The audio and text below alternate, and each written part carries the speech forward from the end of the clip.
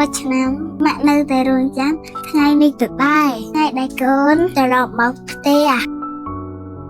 មហូបដែលកូនចូលចតប៉ានិងម៉ាក់រៀបចំរួចហើយតែទុកអាហារនៅតែស្ងាត់